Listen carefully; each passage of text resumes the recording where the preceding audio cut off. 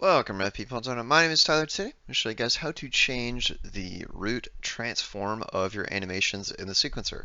So, for example, I have some mocap data from Mixamo. I have this character jumping down and then landing. And the problem is I want to have this defeated animation right after it. And of course, as you can see, if you try and blend, it just goes straight back to the center.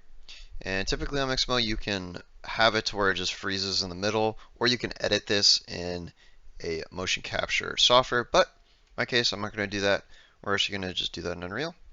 So all you need to do is right-click the sequenced animation, go to Properties, and then all you need to do is just change the location offset. So in my case, this is on Z. Just going to scoot it forward, just going to eyeball it.